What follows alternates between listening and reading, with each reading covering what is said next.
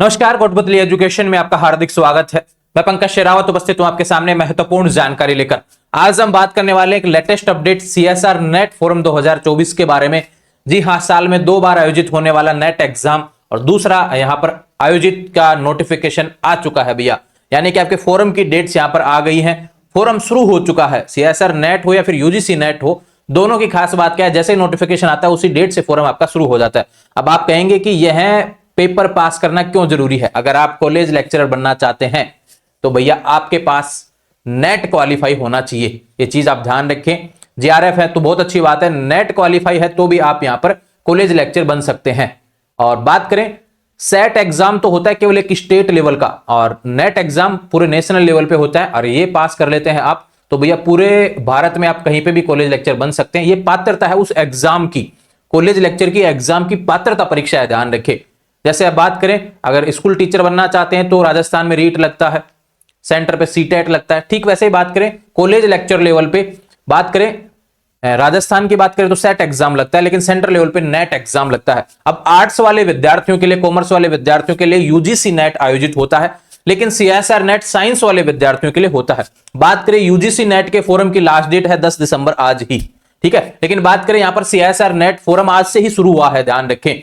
तो यहां पर अपडेट है सीएसआर नेट के फोरम साइंस वाले विद्यार्थियों के लिए बड़ी अपडेट देखने को मिल रही है। और जितने भी सवाल हैं यहां पर, योग्यता, सिलेबस, पैटर्न, आयु सीमा, 30 लाख कमाओ बिना नौकरी, किस हिसाब से आप कमा सकते हैं, इन सभी चीजों के बारे में हम बात करेंगे। Complete details video CSR net forum से रिलेटेड होने वाला है। चलते हैं सीधे ऑफिशियल नोटिफिकेशन की तरफ।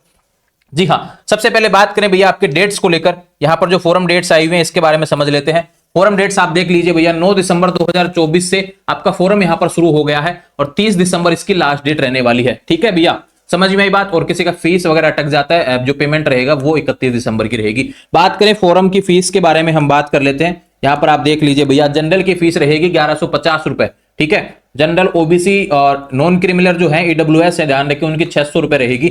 एससी एसटी और पीडब्ल्यूडी और थर्ड जेंडर की रहेगी 325 रुपए। ये फोरम फीस से रिलेटेड बात है, ठीक है भैया, समझ में आई बात। एक एक चीज आपको समझाने वाला हूं। और विशेष बात भैया, जब भी एग्जाम का नोटिफिकेशन आता है तभी आपके पास में एग्जाम डेट का नोटिफिकेशन भी देखने को मिल जाता है। और यहां पर आपकी जो एग्जाम डेट होने वाली है, ध्यान रखें, और विशेष रूप से ध्यान रखें, ये रही भैया 16 फरवरी से 28 फरवरी 2025 के बीच आपका एग्जाम आयोजित होगा।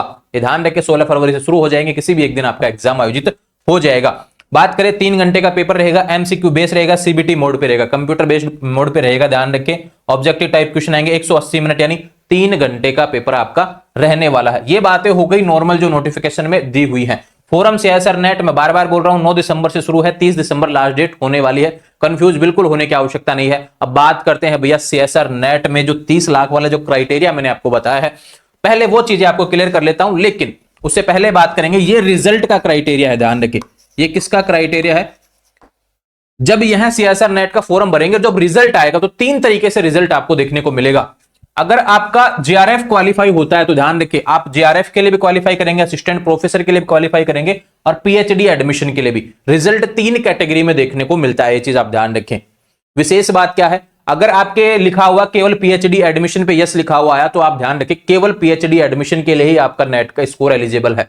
अगर आपका आया असिस्टेंट प्रोफेसर के लिए तो आप असिस्टेंट प्रोफेसर की वैकेंसी के लिए एलिजिबल है। बात करें अगर जेआरएफ आता है, जेआरएफ लिखा है तो तीनों में यस देखने को मिलेगा। ठीक है, ऐसे ही बात करें यहां पे केवल जेआरएफ ना आके बाकी दोनों पे यस आए तो दोनों के लिए एलिजिबल होंगे। और बात करें केवल पीएचडी पे आ लिखा आ जाए तो भैया केवल पीएचडी एडमिशन के लिए और नेट स्कोर एलिजिबल रहेगा। समझ में आई बात? इस तरीके से तो रिजल्ट 3 तरीके से जारी होगा। अब बात करेंगे फायदा, देखो कहां पे है फायदा। यहां पे ये आ जाए तो तीनों में आ जाएगा, यस यस यस, बिल्कुल तीनों चीजों में यस आ जाएगा। और सारा फायदा भैया यहीं पे ही है, ये मान के चलिए आप, क्योंकि नेट जेआरएफ आपका जो रहने वाला है ये है सीएसआर नेट जेआरएफ। अगर आप क्वालिफाई करते हैं भैया तो आपके पास चीजें जो किस हिसाब से देखने को मिलती है उसके बारे में हम बात करते हैं। देखो यहां पर 37,000 रुपए आपको नेट जेआरएफ करने पर, नेट और पीएचडी एडमिशन के लिए कुछ भी पैसा आपको नहीं मिलेगा भैया।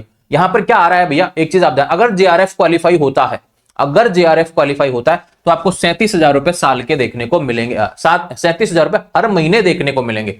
ये ध्यान रखें, 37,000 रुपए हर महीने आपको मिलेंगे भैया।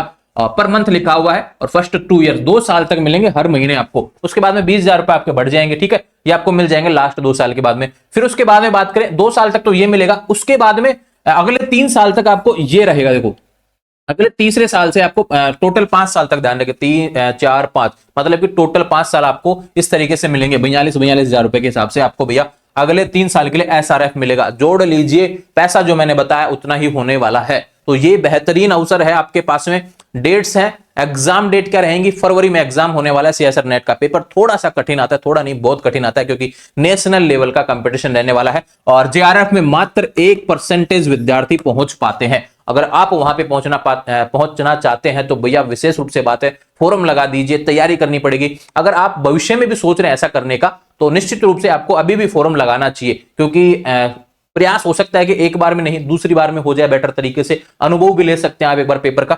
इस तरीके से ये चीजें आपके लिए होने वाली है। ठीक है, बात करें यहां पर आगे चलते हैं भैया इसकी।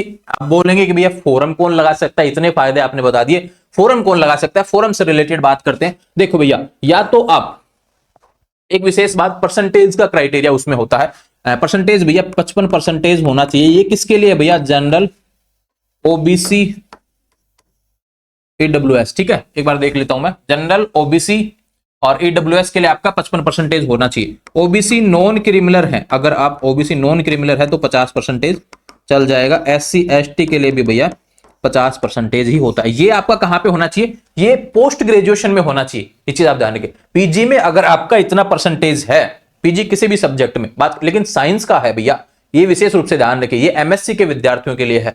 अगर एमएससी में इस हिसाब का डाटा आपका आ रहा है परसेंटेज का, तो आप यहां पर सीएसआर नेट का फॉर्म भर सकते हैं। अगर आप फाइनल ईयर अपीयरिंग है तो भी आप फॉर्म भर सकते हैं। ठीक है भैया, एक बात और करें, इन सभी चीजों के साथ में एक चीज और मैंडेटरी होती है। अगर आप 4 साल का यहां पर देखो ग्रेजुएशन कोर्स आपने कर लिया है या फिर अंतिम सेमेस्टर में है, अंतिम ईयर में है, ध्यान रखिए, यानी 4th ईयर में है अगर, और 75% आपका बन रहा है, तो आप यहां पर इसके लिए अप्लाई कर सकते हैं। ये लाइन लिख दो, यहां पे रहा, इस पॉइंट को पढ़ना आप, कि अगर 4 ईयर सेमेस्टर है, ध्यान रखिए, बैचलर कोर्स अगर आप कर रहे हैं और 75% मिनिमम मार्क्स आपका एग्रीगेट चल रहा है, तो ध्यान रखिए आप अंतिम वर्ष में भी हैं तो भी आप यहां पर फॉर्म लगा सकते हैं। लेकिन आपको अगले 2 साल में पीजी करना पड़ेगा, ये चीज आप ध्यान रखिए। ये कंडीशन होती है जो मैंने आपको इसके लेकर बता दी है, और ये स्कोर तभी मान्य होगा जब आप पीजी कर लेंगे। ठीक है, तो यहां पर देखो भैया, अगर आप फाइनल ईयर अपीयरिंग है पीजी में तो भी आप फॉर्म लगा सकते हैं। और बात करें यहां पर, ये चीजें आ गई, इतना परसेंटेज आपका होना चाहिए। ठीक है, अगर इतना परसेंटेज मान लो पीजी करने के बाद में नहीं बनता है तो भैया फिर वो आपका स्कोर एलिजिबल नहीं होगा, आप क्वालिफाई नहीं होंगे। ठीक है, समझ में आई बात। यहां पर बात करें एज लिमिट का क्राइटेरिया भी होता है, जेआरएफ के लिए एज लिमिट होती है भैया। ये देखो, first day of month in which the examination is concluded, यानी फरवरी 2025 की पहली डेट को आपकी ये जो 30 साल आपकी होनी चाहिए, कम से कम मतलब मैक्सिमम डेट होनी चाहिए, ध्यान रखिए, मैक्सिमम 30 साल के होने चाहिए। मिनिमम की बात नहीं की गई है ना, मिनिमम तो कितने पे लगा सकते हैं। बात करें, और इनमें एससी एसटी ओबीसी इनको छूट देखने को मिलती है। ठीक है भैया, मैक्सिमम में छूट देखने को मिलती है 5 साल की। बात करें असिस्टेंट प्रोफेसर के लिए कोई एज लिमिट नहीं है, ना ही पीएचडी एडमिशन के लिए कोई एज लिमिट है। यहाँ पे लिखा हुआ है there is no upper age limit, कोई भी अपर एज लिमिट नहीं है। तो ये मैक्सिमम है कि भाई आप 30 साल मैक्सिमम वाले विद्यार्थी ही इसमें आवेदन कर सकते हैं, बाकी कैटेगरी को 5 साल की छूट देखने को मिलती है। समझ में आई बात। बात करें यहां पर देखो, पेपर सीबीटी मोड पे होगा, कंप्यूटर बेस्ड टेस्ट होगा भैया, ध्यान रखिए। ये रहा कि आपके सब्जेक्ट जो है, ये केमिस्ट्री आ गया, साइंस आ गया भैया, इसमें लाइफ साइंस आ गया, मैथमेटिकल आ गया, फिजिक्स से रिलेटेड आ गया। इस तरीके से आपका सब्जेक्ट ही आने वाला है। लेकिन बात करें पार्ट ए जो रहेगा, कॉमन रहेगा, इसमें कौन सी चीजें आएंगी, इसके सिलेबस के बारे में बात करते हैं। इस हिसाब से क्वेश्चन आएंगे भैया। पार्ट इसमें टोटल क्वेश्चन आएंगे, पार्ट ए में 20 क्वेश्चन, पार्ट बी में 40 क्वेश्चन, पार्ट सी में 60 क्वेश्चन। इस तरीके से अलग अलग सब्जेक्ट के जो आपके हैं भैया, जो भी जिस सब्जेक्ट से हो उसी के रिलेटेड पैटर्न आप देखेंगे। बात करें नेगेटिव मार्किंग होती है, नेगेटिव मार्किंग के बारे में भी जिक्र किया गया है। देखो यहाँ पे लिखा हुआ है marks for each incorrect answer, negative marking होती है 1/4। ठीक है, समझ में आई बात यहाँ पर। इसके अलावा बात करें यहां पर देखो, पार्ट ए में क्या रहेगा, यहां पर this part shall contents question pertaining the general aptitude के क्वेश्चन आएंगे भैया, क्वांटिटेटिव कंपैरिजन आएगा, न्यूमेरिकल एबिलिटी आएगा, पजल से रिलेटेड आएगा, सीरीज फॉर्मेशन से related, graphical analysis, logical reasoning. भैया जो पेपर फर्स्ट पेपर होता है जैसे यूजीसी नेट वालों का, ठीक वैसे ही क्वेश्चन आपको देखने को मिलेंगे। पार्ट बी में आपके सब्जेक्ट से रिलेटेड क्वेश्चन आएंगे, और पार्ट सी में आपके रिसर्च से रिलेटेड आपको क्वेश्चन देखने को मिलेंगे, कंसेप्ट से रिलेटेड क्वेश्चन देखने को मिलेंगे आपके सब्जेक्ट के। ठीक है, समझ में आई बात। यहां पर मीडियम जो है हिंदी और इंग्लिश दोनों मीडियम में पेपर देखने को मिलेगा। यहां पर बात करें ये सब्जेक्ट के आपके फॉर्म भरते समय गलती ना करेंगे, विशेष बात ध्यान रहे, ये वेबसाइट है भैया, सिलेबस आपको कंप्लीट सिलेबस चेक करना है तो आप यहां से देख लेंगे, और टेलीग्राम पर आपको सिलेबस का लिंक भी अवेलेबल मैं करवा दूंगा। ठीक है, ये बातें जितनी भी थी मैंने आपको बता दी है, इंपॉर्टेंट चीजें हैं ये रही भैया। मैं जितने भी नोटिफिकेशन इस पे लिखता हूं वो सारी चीजें मैंने बता दी। योग्यता के बारे में बताया, सिलेबस के बारे में बताया, पैटर्न के बारे में बताया, आयु सीमा के बारे में बताया, फोरम शुरू हो गया है। नेट जेआरएफ फोरम की लास्ट डेट आज है 10 दिसंबर, लेकिन CSR net forum, CSR science वाले विद्यार्थियों के लिए फोरम भैया अभी चालू हुआ है, ध्यान रखें। उसकी डेट्स आपको ऑलरेडी यहां पर बताई है। सीएसआर नेट की लास्ट डेट भैया क्या है, 30 दिसंबर रहने वाली है। अगर आप साइंस बैकग्राउंड से हैं तो भैया आपके लिए अपडेट है, एक अच्छा शानदार अवसर आपके लिए होने वाला है। ये चीजों चलो सोचो कि भाई यहां पे नहीं पहुंच पाए, कोई दिक्कत नहीं है, लेकिन अगर नेट भी क्वालिफाई हो गया तो ध्यान रखें आप आने वाले समय में कॉलेज लेक्चर की वैकेंसी आ रही है, उसके लिए पात्रता रख पाएंगे। इसलिए बड़ी अपडेट है भैया, और पूरे सेंट्रल लेवल पे बहुत से कॉलेज हैं, इन सभी के लिए आप पात्रता रखेंगे। हर स्टेट की अलग अलग वैकेंसी आती है, उन पे पात्रता रख पाएंगे। तो ये बड़ा एग्जाम है, बड़ी तैयारी इसको लेकर करनी पड़ेगी। इन फ्यूचर भी आप सोच रहे हैं तो अभी से तैयारी आपको करनी पड़ेगी। तो ये सारी चीजें थी। इससे रिगार्डिंग आपको और भी कोई इन्फॉर्मेशन चाहिए, इंस्टाग्राम, टेलीग्राम, व्हाट्सएप चैनल के माध्यम से मुझसे जुड़ जाएंगे, जुड़े रहेंगे चैनल के साथ। चैनल को सब्सक्राइब करें। Thank you.